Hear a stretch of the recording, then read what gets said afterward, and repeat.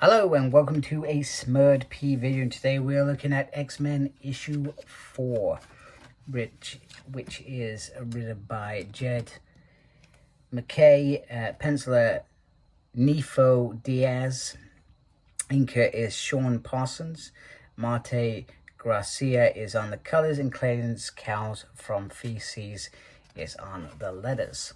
So our story begins with Ileana just sort of mumbling to herself, playing a game of chess, emphasizing that it's not about the losing. I lose every time. It's about the not losing quickly, so to speak. Let me try and get this camera a little bit better. But there is an emergency. It's the Upstarts, which are led by Trevor Fitzroy, who is doing a live stream about killing mutants. And we're going to upload it so you can all see it, and we know you're going to like that. And basically he seems to want to be loved, which is a little bit weird, even though he hates the mutants. He also referenced Krakow. What was that about? He clearly wasn't invited. I thought Trevor Fitzroy was killed, in the 90s? But if I remember correctly, he certainly liked his games back then, and had, there was quite a few of them playing a game around mutants, etc. If I remember correctly. I could be completely wrong. It's been a long time. So, a strike team is assembled. However, Quentin and Psylocke are in the middle of a psychic rescue, and Cyclops has chosen Magic to lead the team whilst he stays there and ensures that they are protected. And, Beast is going to join them. Yeah. Beast is a little bit unhappy about this. He has work to do, very important work to do, as he calls it. And he references something. So I mentioned last issue about Magneto being in the chair, etc. It's plain that there is something around Magneto, because he says, have you forgotten what happened to Magneto? What could happen to any of us? We're all of us ticking time bombs. So that is perhaps a worrying statement, because that's the first real concerning thing that I've heard. They're all walking time bombs. So what does that mean? Could they all end up in, not having control of their body functions? I'm not entirely sure. I guess we will find out as the story develops. So Magic says, I'm team leader, you're my team McCoy. So this young lady is being chased by Trevor Fitzroy, and the X-Men come flying in to get him to surrender. But he's a little bit disappointed because Cyclops isn't really with them. Don't I warrant more attention? I've just got a few of you. And Magic says, no, you're not even worth my time. Fitzroy can obviously move in different directions through portals, and he can also bring in stuff from various different times. So he brings an eruption from a volcano in 2013.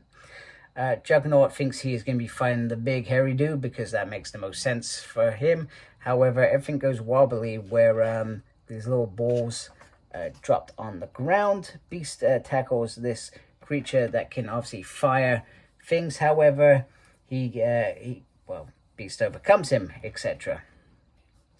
And he also talks to this creature who was in O-Force. I've not actually read Ecstatic. I'm not sure if that's the new Ecstatic or the original Ecstatic, because I haven't read that.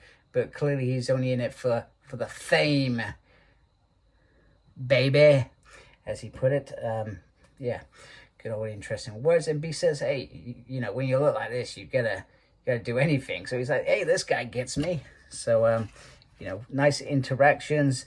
Ileana is clearly having a time of her life whilst trying to tackle Fitzroy, and Temper has removed the mutant. However, the mutant says her life's over. She can no longer go back to what she was.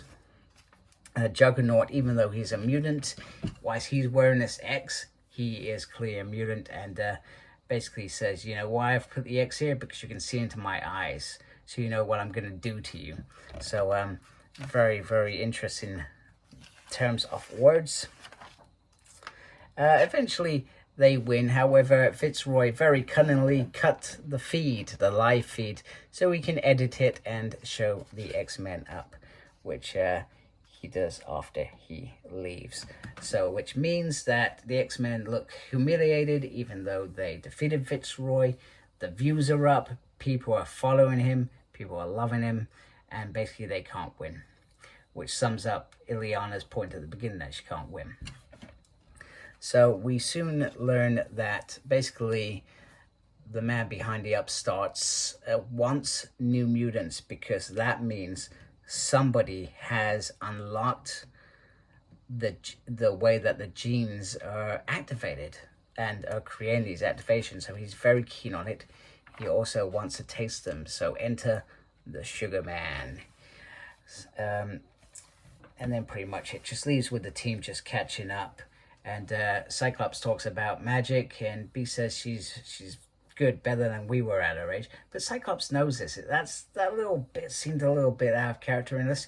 He's worried about magic, and they're saying we don't perhaps know. We also learned that with our newcomer, they need to start thinking about living quarters, because they are growing rapidly to have more mutants there. And then we just sort of get this ending with Magic saying she's monologuing in her mind. She's fought this fight pretty much all her life, and she can never win, but she will keep on fighting and stop them from losing. So, which is a valid point, because if we think about the X-Men all the way back, it doesn't matter how many fights they actually seem to win, it continues. It never stops. Same with Spider-Man, same with all heroes. The other thing that I wanted to say is there's this crossover coming out. Obviously, I'm reviewing all the three main X titles at the moment. I feel in my mind, and there is a little moment where Magic says to Beast that you can join Rogue in wherever she is. Sort of dig.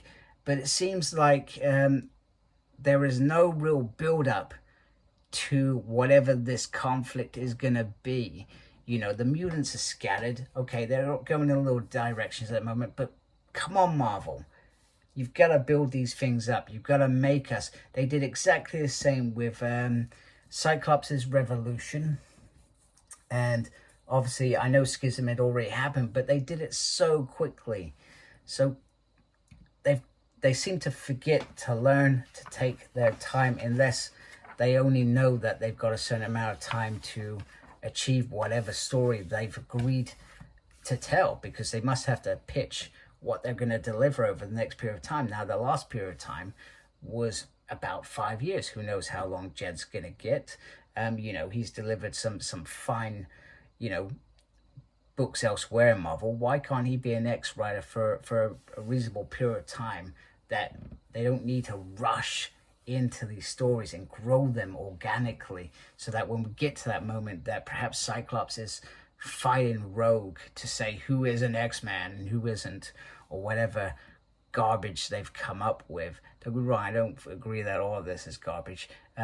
It will be more closer to our hearts, perhaps. I may be wrong. We'll find out in December, but yeah, well, several books in, we're already doing a crossover. It just felt unnecessary. Anyway, there is my video of X-Men. I hope you like me. I hope you like my channel. If you do, please support me by subscribing, like you did to Trevor Fitzroy earlier in the video. Thank you to everybody that subscribed to my channel already. Thank you for watching. Really appreciate it. Make sure you look after yourself. And as always, embrace geekiness. Take care. Goodbye. Really sorry. I know I finished the video. However, it didn't dawn on me about Colossus's hand here until the end. So that is very interesting indeed. And I guess we'll see how that develops in the next few issues.